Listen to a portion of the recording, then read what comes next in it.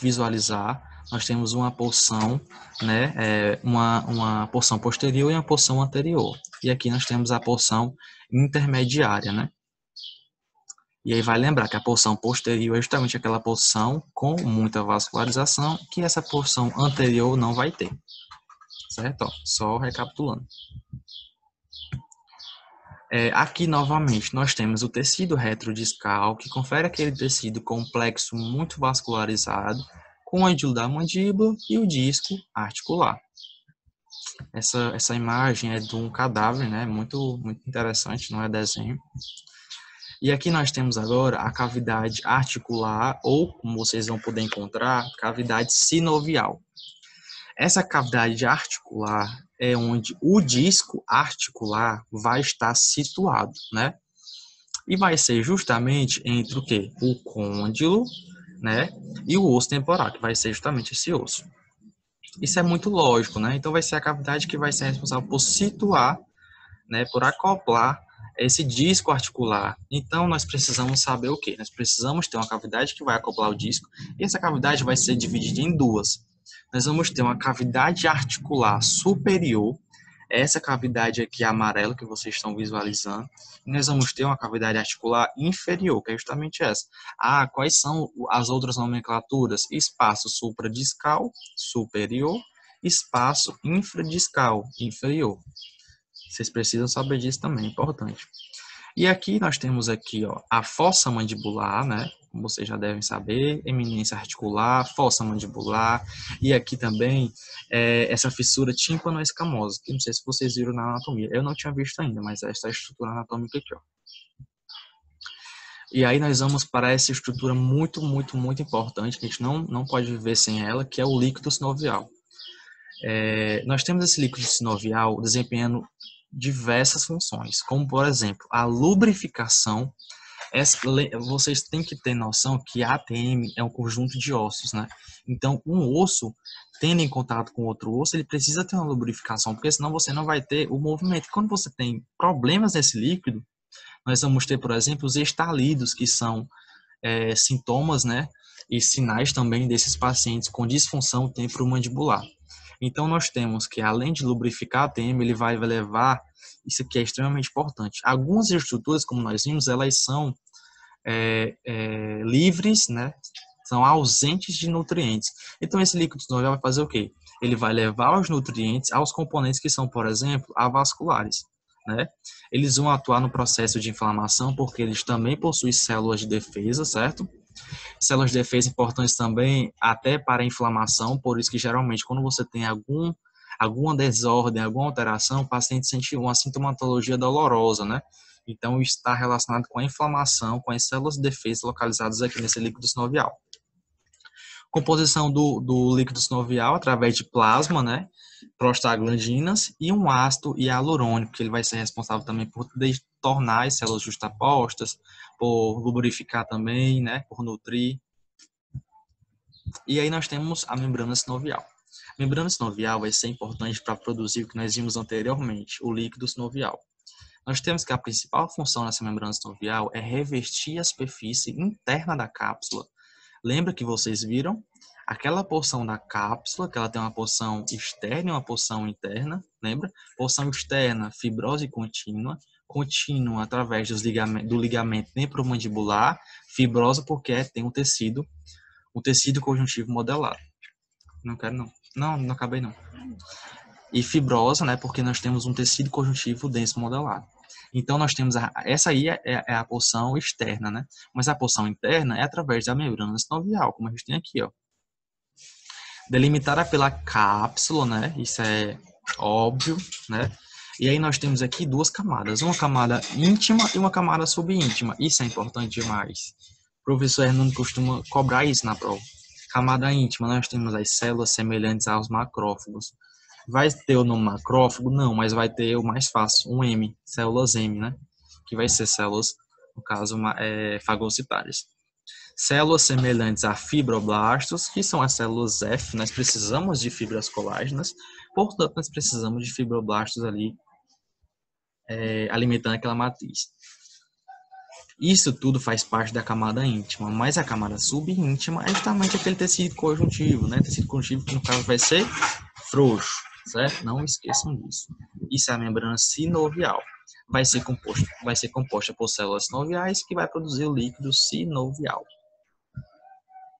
E aí nós temos aqui, por exemplo, né, o espaço articular, líquido sinovial, que é justamente esse líquidozinho aqui, né?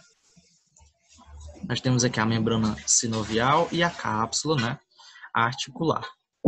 Muito importante, gente, isso, né? Saibam que a inter-relação entre essas estruturas, o líquido sinovial vai estar justamente distribuído aqui. Aqui, uma lâmina, né? Deixa eu cobrir aqui o nome aqui. Pronto. Aqui nós temos um esfregaço, uma lâmina histológica. Nós temos aqui o disco articular, essa estruturazinha aqui, côndilo da mandíbula, né? A gente consegue observar bem aqui, justamente até pela delimitação dele. O espaço infradiscal, justamente esse, ó, ou cavidade articular inferior. E aqui nós temos a cavidade articular superior, o espaço supradiscal. Aqui nós já temos, ó, o osso temporal. Ó. A gente consegue perceber a matriz, como é desorganizada, né? Diferente desse disco aqui. Olha como é bem organizado, como é mais, né? Justaposto as estruturas, né? Espaço supradiscal, esse aqui de cima, infradiscal. Aqui nós conseguimos observar, por exemplo, a membrana sinovial, ó, responsável pela formação do líquido sinovial. A cápsula articular, que é justamente essa estrutura que não está tão perceptível assim. Aqui tem outra lâmina, mostrando aqui a membrana sinovial, ó, muito interessante.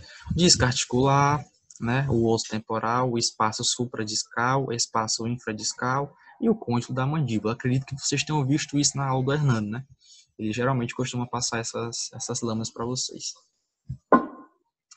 Lembrando, gente, que em relação à lâmina, nós vamos ter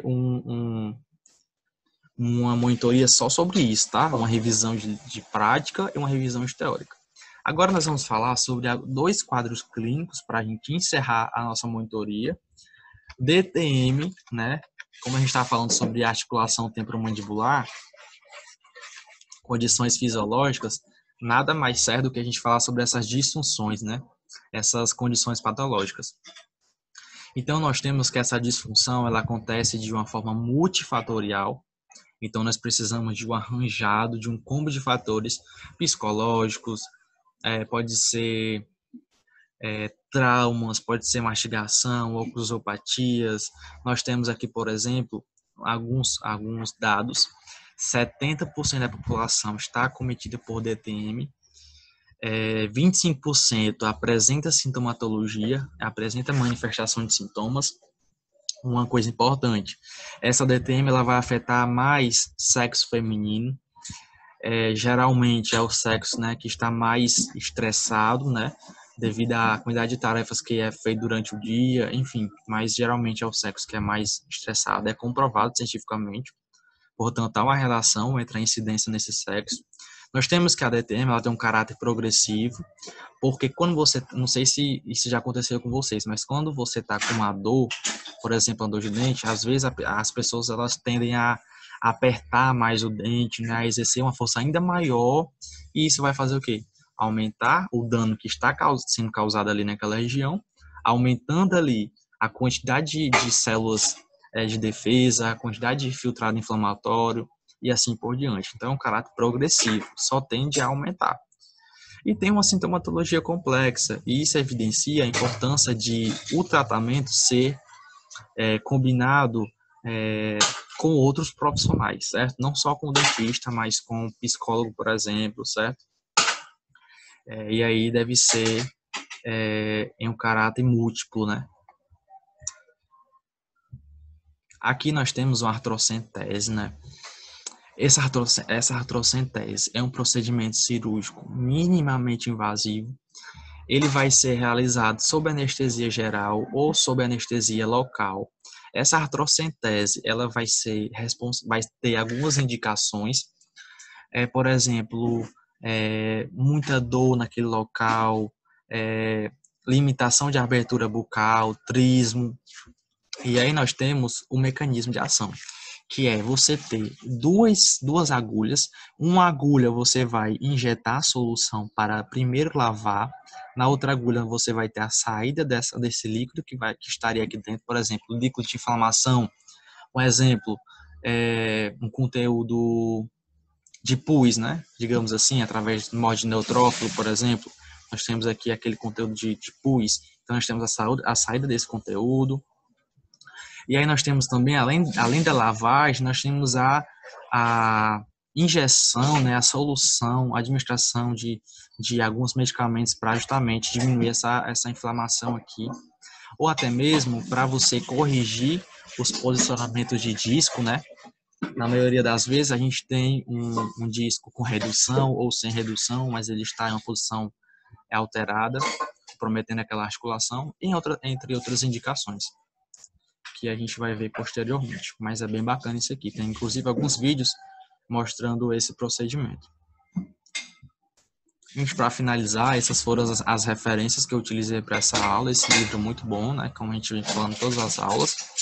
Alguns artigos científicos, né? Alguns documentos bem bacanas falando sobre embriologia oral, sobre articulação, a disfunção, né? Os sintomas, algumas coisas bem legais. E é isso, obrigado quem conseguiu chegar até aqui e assistir essa monitoria. Qualquer dúvida, não hesitem em procurar a gente, né, o IHV, a gente está aqui para isso, para ajudar vocês. E é isso, estamos juntos nessa e até o final do recesso, né, até janeiro, para a gente voltar aí com a revisão da prática e a revisão da teórica para vocês fecharem as provas de histologia bucal. Um abraço, tamo junto e bom final de semana aí, né? Boa quarta-feira, quinta, sexta, sábado e domingo para vocês. Bom recesso.